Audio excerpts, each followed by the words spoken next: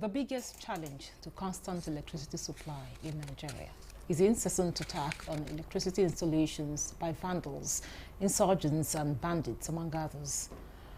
This unpatriotic act has affected Nigerians in a way that can only be imagined. For instance, the recent vandalism of electricity installations along Shiroro-Kaduna 33 kV line 1 and 2 plunged most parts of northern Nigeria into a total darkness. According to recent data from the Federal Ministry of Power, between January and August 2024, vandals destroyed 63 power transmission towers across Nigeria.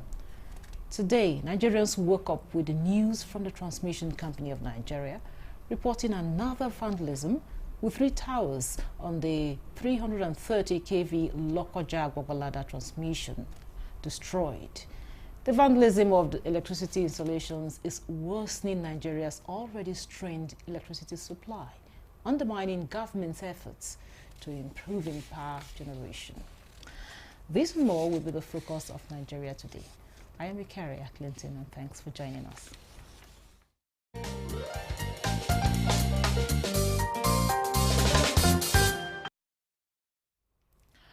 Joining me in the studio for the conversation is Dr. Kingsley Uzoma. He's a security expert and the chief consultant, Eagle Rescue and Alarm System. You're welcome to Nigeria Today. Good evening. Thanks for having me.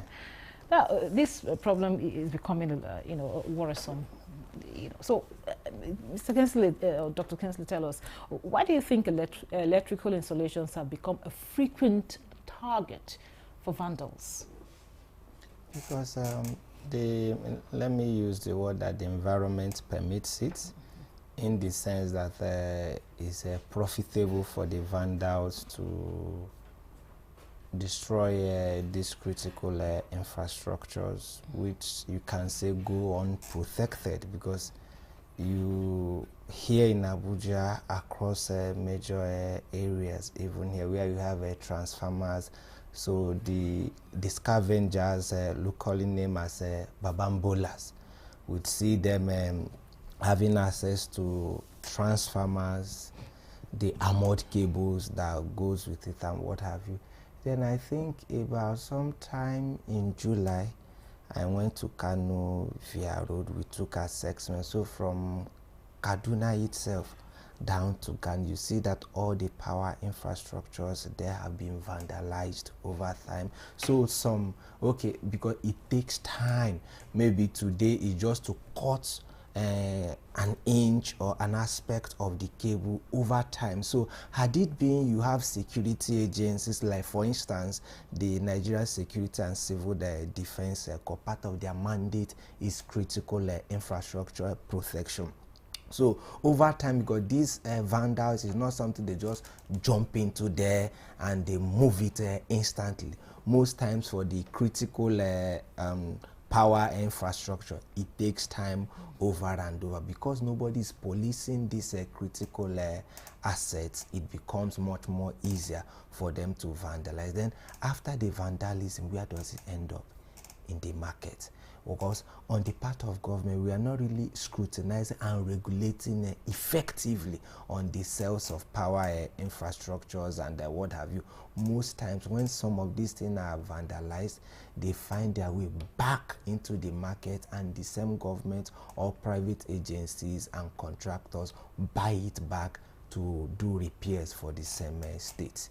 Okay, you've talked so much about security operatives not being readily available around this infrastructure, critical infrastructure. Now, what about the community? Because most of these people that do this destruction of critical infrastructure, they come from communities, and of course they must have been seen by 1 or 2 persons from these communities do this thing. What is the role of the community members in protecting these critical infrastructure?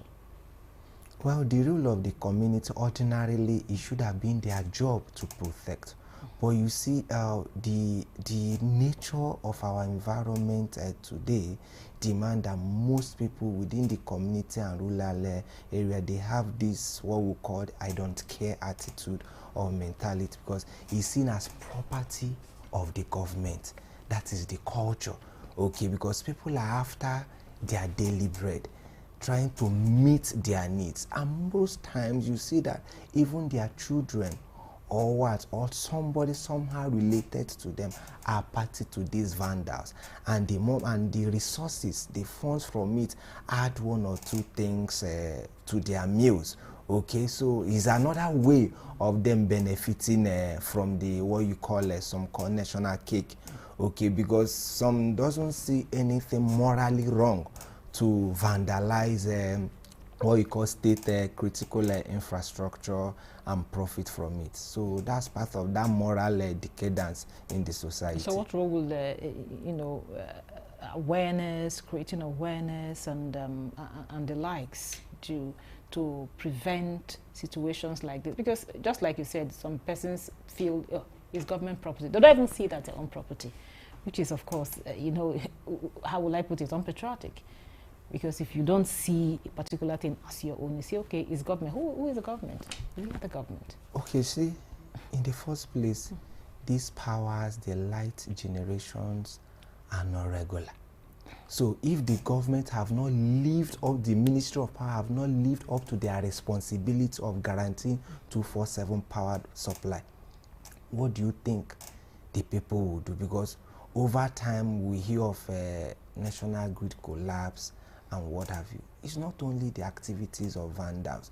If you follow the trend, like some analysts would have it, it's like maybe when power want to change and they battle, maybe another contractors want to sabotage the existing contractors because there is a change of government. So you make the existing contractors look so incompetent, you sponsor vandals to be able to vandalize. So if it occur over time, Nigerians will shout, government, what have you, and this, just like what we had a few days ago, the reoccurrence of the collapse of the national grid. And that means those currently handling it are incompetent, or there is something they are not getting right. So there will be need for another agency or consulting firm to send their own proposal, say, no, government, Ministry of Power, we can do X, Y, Z to get it better. And it goes. But the moment you are able to get things right, and you don't have that, you see that batting power will not change hand in that regards. And one thing about the vandals, that's why there is need for job creation and national reorientation, whereby maybe some people are out of school, they have nothing to eat, and whatever they lay their hand onto comes to their rescue. So that's why maybe it mustn't be job from 6 to 7, factory job, daily job can be done in such a way, the way it's done elsewhere, that it's hourly. Do you understand? One can, maybe when you need money, you can go inside, fill form, and be able, after the profiling, be able to maybe work for 4 hours, 3 hours, and get paid so that you can feed your family. But the moment you can't find a thing like that, is the monthly pay or weekly becomes a problem. Okay, we'll take a short break now and listen to some Nigerians on these incessant vandalism of electrical installations in Nigeria, as put together by Okpanachi Aroa. To stay with us.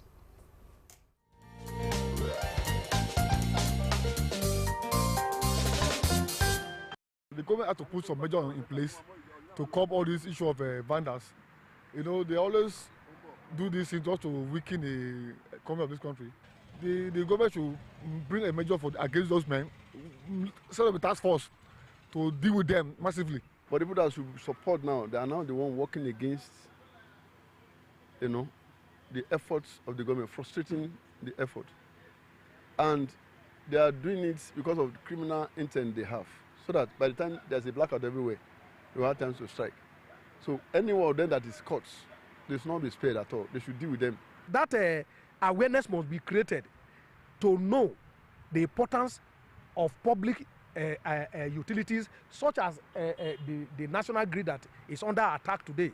So government should need this in the board on time before this matter escalates. And it is also imperative to know that Mr. President cannot solve everything. Nigerians will also have a duty to support Mr. President to succeed. So if some few want to give us a bad name, we should call them irrespective of their political or religion or tribe affiliation, to call them to order. One of the things that we must understand is that we are the future of this country, and we are saddled with the responsibility of protecting what we have. Let's not be part of people who will wreck the nation. Rather, let's be part of those people who would build the nation. To youth, stop vandalizing these things, because these things are our own. Let us manage this thing and wait to the time that youth will be in power.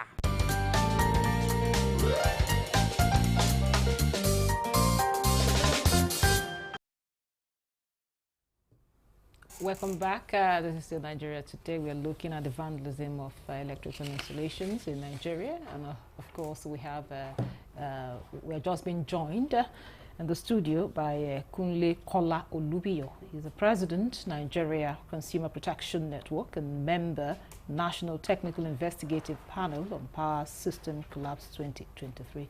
Glad to have you on Nigeria It's Today. my pleasure. Thank you very much. Dr. Kingsley Uzoma is still in the studio with us. Now, Kunle, you know, this is the vandalism of electrical installations that become, you know, will I say a daily occurrence now, and becoming somewhat embarrassing. So I want you to tell us, let us, to put it in proper perspective, what are the main reasons, or what do you think is the main reason why we're behind the rise in the vandalism of electrical installations? Well, thank you. Like you've said, it's worrisome. Critical assets, they are pivotal to national development, and whatever may be our own side of divide is of great benefit to Nigeria. So it's national sabotage, looking at it from security point of view. But as much as we might be worried and concerned, it still goes down to the issue of funding. Because all over the world now, technology has gone beyond, because you have 47,000 towers. 47,000 towers spread into over 8,000 kilometers.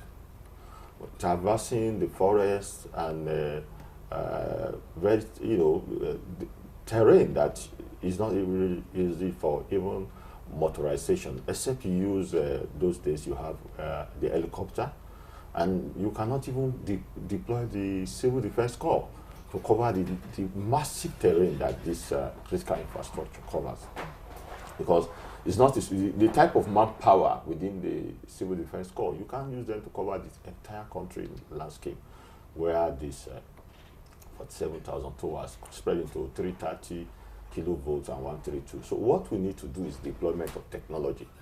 You know, technology these days, like GPS and other satellite-linked technology, has really helped countries. Like the Nigeria Immigration Service, they have control center, they have the FOB, where proactively or preventive surveillance of migration, proper migration management. So for that, from the border, with GPS technology or satellite technology, you can monitor real-time locations, and you equally deploy drone. There are a lot that's got to do with this that cannot be discussed in national TV in the soup. You know, one of the challenges that we have is that the management of our security sometimes have some level of loopholes.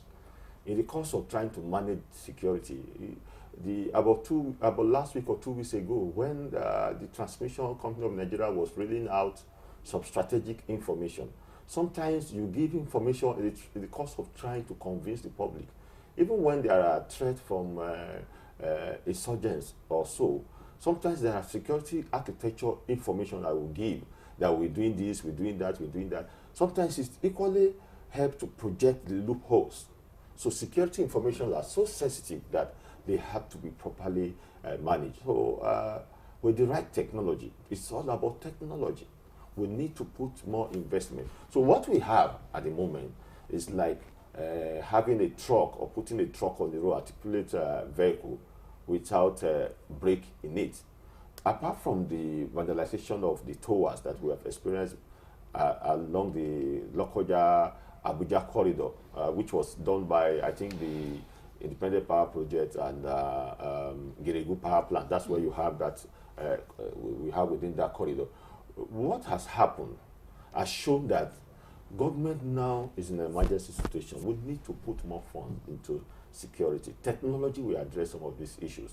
You know, even when people are moving on the line, you can see them from the base station, as it were. And that is just the way out. The strategic information, interagency synergy, the security, there are a lot of security institutions they are not short of proposals on what to do. It's just that, as said in local parlance, better soup than only killer. You get my point. And so it's worrisome, but we just need to invest this thing. And it's not something that the transmission company of Nigeria and federal government should approach it as business. It's not something that you have to do with night vigil or fasting and prayer. No, this is the time to move. Because if you are asking even the local vigilante to deploy their manpower, you have to treat it like business. Like in the Niger Delta region, where we are policing our oil infrastructure, federal government is paying for intelligence. Okay, now you're talking about funding. Do you think that the money that's been deployed to the power sector is not enough to address the situation? Well, I spoke earlier today on your program, Insights, and I was equally on another program earlier this morning in Kakaki AIT. And what I've said in most of this program is the fact that what we have, in the true sense of it, is a drop in the ocean. The amount of money required to bring the power sector to speed is beyond public sector funding. Let us face the truth. We cannot continue to keep the transmission company of Nigeria as maybe national assets and try to manage it, because the public sector financial management model or template for the transmission company of Nigeria for this year, the budget for the power sector is about 400 billion. And already we have a debt of 2.5 trillion naira to the generation company. We have a tariff shortfall from the market of 3 trillion. So if you aggregate the two together, it's 5.5 trillion. So the 400 billion naira, our legacy debt alone is not enough. And some of these debt, they are, like if you take for example the NTA or Radio Nigeria Kaduna, sometimes ago Radio Nigeria was now about 300 to 400 million. If we take an energy audit of some of these debt and take historical record of some of the meters, the MD meters, you discover that in spite of the fact that you are in postpaid meter, some of the bills that you have been given are not scientific, they are over bloated. So some of this debt might need to be interrogated. But as we speak to you, the figure we have is about 5.5 trillion. So what we need to do moving forward as a nation and as patriotic Nigerians is to make sure that we let go, like what was said in the Holy Book, say, let my people go. It is time for us to be allowed to cross the Red Sea. Whoever is holding on to transmission company of Nigeria as an asset to be preserved as a cash cow is not being fair to younger generation of Nigeria. What do I mean? Electricity is nucleus, is at the center of job creation, social security, and national development. So we cannot continue to remain stagnated. I'll have to stop you here so that I'll come back to you. You talk to us more about what you, so you elaborate more on what you're talking about. Now, back to you, Dr. Kingsley. Now, he's talked so much about leveraging on technology. Okay. What areas do you think we can leverage technology to secure our installations? Beyond technology, it has to do with culture. The culture of the people, okay, because the citizens, the people of the communities, the owners of the environments where these power stations traverses through, they need to first own it, know that is a national asset that belongs to us all, and it needs to be criminalized in the sense that any vandalism, maybe the community head, the DPOs and others will be held responsible.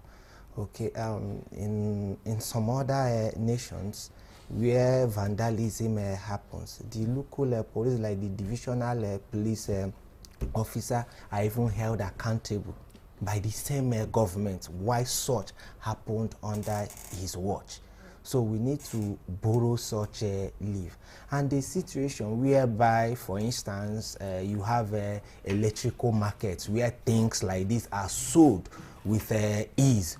Okay, because we shouldn't be having markets where you can just go with ease to buy a high-powered electrical assets. So if these things, if they are not ready markets for some of these products or appliances or equipment, you will see that the rate of vandalism and stealing will be minimal. So in other words, you're recommending maybe a harsher penalty for corporates? Yeah, penalty for corporates, and beyond that, government need to be very strict in regulating those who sell electrical appliances. I shouldn't build house and just walk somewhere in Gudu to buy key equipment like feeder pillars, transformers, parts, and what have you with ease without going through the channel of the government to apply, so they can scrutinize and have accredited sales and distribution agents. And over time, you need to police those who are selling some of these equipments,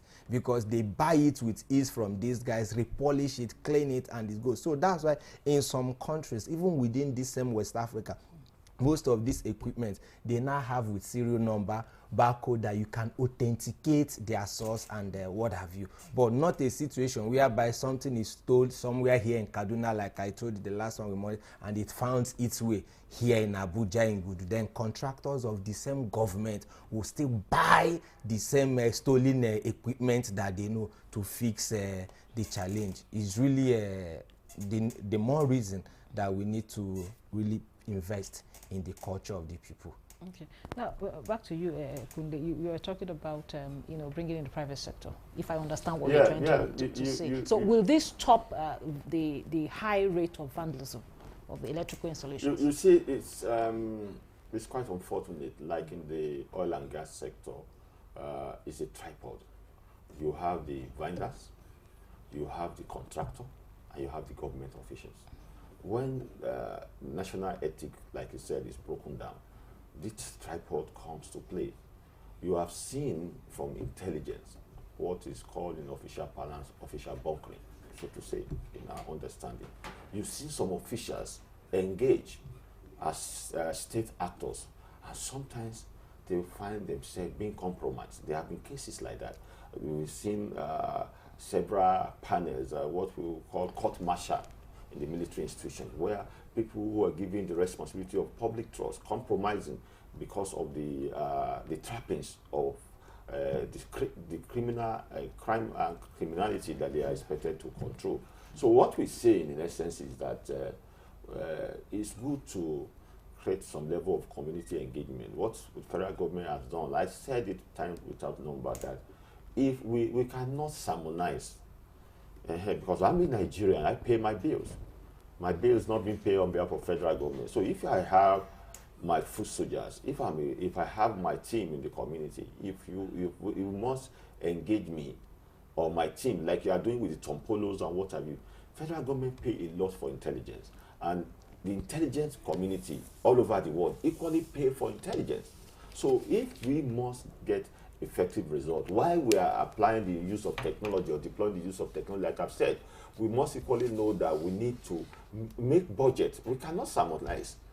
Because those in the TCN, they have budget and they are living large. So nobody will just go to community on sentiment. So we must be ready to create this community synergy and technology in order to move forward. Thank you very much. That was Kunle Kola Oluwiyo, is President, Nigeria Consumer Protection Network and member National Technical Investigative Panel on Power System Collapse 2023. Thank you so much for your time and your contribution.